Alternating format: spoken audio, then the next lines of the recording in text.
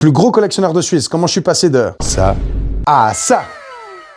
Yo les potos, c'est Sandoval. En 2025, je décide de lancer ma chaîne YouTube. En un peu moins d'un an, on atteint déjà quasiment la barre des 700 abonnés. Pour beaucoup, ça paraît pas grand chose, mais pour moi, c'est vraiment un truc de malade. Je remercie infiniment tous ceux qui me suivent et me soutiennent depuis le début. J'ai reçu plein de messages ultra touchants, super bienveillants et ça me touche énormément. Ce soutien est vraiment précieux pour continuer à me donner la force de continuer mes vidéos sur la chaîne YouTube dédiée à Dragon Ball. Pour ça, j'ai encore besoin de vous. Il faut pas hésiter à liker chacune de mes vidéos, laisser un commentaire, partager autour de vous et surtout, que les gens s'abonnent. Chaque abonné de plus, ça fait tellement plaisir. Pour ce premier tournage 2026, je vais toucher une thématique qui ressort souvent dans les commentaires. On me pose souvent la question, comment, où et à combien t'achètes tes figurines? Pour répondre à cette question, je vais faire une vidéo mais séparée en deux parties. La première partie, comment je suis passé de petit collectionneur avec peu de ressources à la collection que je possède aujourd'hui. Et dans ma deuxième vidéo, je vais te dévoiler certains de mes secrets pour dénicher les pépites les plus rares et surtout au meilleur prix. Alors une fois encore, je me répète, pour pas louper ça, active la petite cloche et abonne-toi. Alors tout a commencé au début des années 90 dans les cours d'école avec les cartes et les figurines à Toys. Mais bref, je te passe le truc, je t'invite à aller voir la vidéo que j'ai déjà fait là-dessus. Début 2000, il y a presque 10 ans qui se passent, la flamme Dragon Ball sommeille toujours au plus profond de moi, mais la hype a un petit peu disparu. Beaucoup moins médiatisé, Internet n'est pas encore ce qu'il est aujourd'hui, mais un autre facteur, c'est qu'ado, mon groupe de potes n'est pas très intéressé par la culture geek et les mangas. Car je sais pas si tu t'en souviens, mais dans les années 2000, les geeks c'est un peu comme Booba. On n'était pas vraiment à la mode.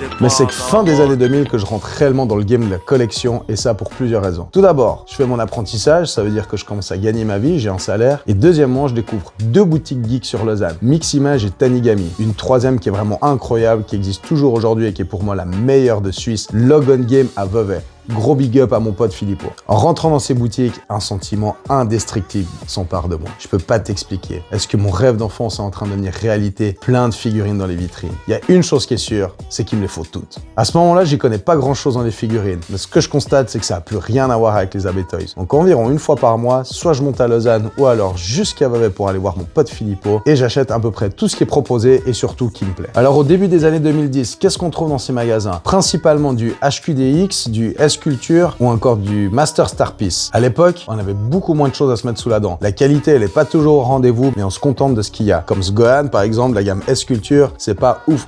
Par contre, c'est innovant, donc j'achète direct. Heureusement, il y a d'autres gammes qui étaient déjà vraiment graves dans le mood et on a des pépites comme ce Trunk Master Star Piece ou alors cette Bulma de la gamme Sculpture. Alors, durant cette période, il y a autre chose qui existe, c'est Internet. Mais à ce moment-là, Internet est loin d'être ce qu'il est aujourd'hui. La connexion est pas forcément très bonne, on n'ose pas faire des achats sur Internet, mais surtout, on n'a pas le réflexe d'y aller à la moindre occasion comme on le fait aujourd'hui. Je commence quand même malgré tout à faire des petites recherches en tapant figurines Dragon Ball et je tombe sur un des premiers sites sur lequel je vais faire mes achats de figurines qui s'appelle Made in Japan. Aujourd'hui, il existe toujours, mais à l'époque, c'est le premier que je découvre. Sur ce site, il propose passablement de choses. Mais surtout, je découvre les 3 figurines que tu as là, qui seront mes 3 premiers achats que je fais chez eux. C'est des figurines issues de loterie Ichiban-Kuji. Mais à ce moment-là, je sais même pas ce que c'est une loterie Ichiban-Kuji. En tout cas, ce qui est sûr, c'est qu'elles sont grandes, elles sont belles, elles me font grave kiffer. C'est qu'au milieu des années 2010, je dirais environ 2012-2013, que je cède enfin à la tentation et à la hype des réseaux sociaux. Je m'accapare le compte de ma femme Facebook, car j'ai jamais créé mon propre compte, et que également en amont, je découvre le site JD World qui importe directement depuis le Japon. À cette époque, Facebook est le principal réseau social. Je découvre passablement de groupes spécialisés dans l'achat et de vente de figurines Dragon Ball, et t'as beaucoup de Français et d'Espagnols qui vendent leur propre collection sur les réseaux. On est dans un mood où la hype Dragon Ball n'est pas au plus haut, beaucoup de gens se séparent de leur collection et moi j'en profite un max. C'est là que je découvre ce qui aujourd'hui font partie de mes gammes préférées, les DWC, les Neo Capsules et plein de figurines de gamme encore inconnues pour moi à l'époque. Bref, il y a plein de choses sur le marché et je me gave comme un porc. Faut quand même savoir que ça se fait pas tout seul en claquant des doigts, hein. Les réseaux sociaux, j'y passe des heures et des heures par jour vraiment à chiner les meilleures offres. C'est vraiment quasiment un taf à plein temps. Certes, c'est de la passion, mais ça prend une grande part de ma vie. Autre chose aussi, faut pas croire que je roule sur l'or. M'acheter autant de figurines, c'est au détriment d'autres activités. Je fais beaucoup de sacrifices, quasiment plus de resto, plus de sorties, pas de ciné, bref, je décide vraiment de focus tout l'argent que j'ai à mes dispositions pour ma collection. Cette période dure jusqu'à environ 2020, ça fait quasiment 5 ans que Dragon Ball Super est sorti au Japon et ça fait grave remonter la hype de Dragon Ball. Donc perso, je fais partie des nostalgiques qui sont pas très fans de Dragon Ball Super, mais bon. Donc j'ai un grand respect pour cette suite qui, grâce à elle, permet aux jeunes de redécouvrir Dragon Ball et continuer à faire vibrer l'âme de Dragon Ball à tous les collectionneurs. Suite à l'engouement de cette hype, une tonne de loteries bijouterie Ichiban Kuji sortent au Japon. Et grâce au site JD World, je peux vraiment me gaver. On peut accéder à ces sorties en même temps pour le marché européen qu'asiatique et surtout les prix sont plus que corrects. Donc là, une fois de plus, je me gave de toutes les Kuji qui me plaisent et ma collection commence à prendre une ampleur de malade.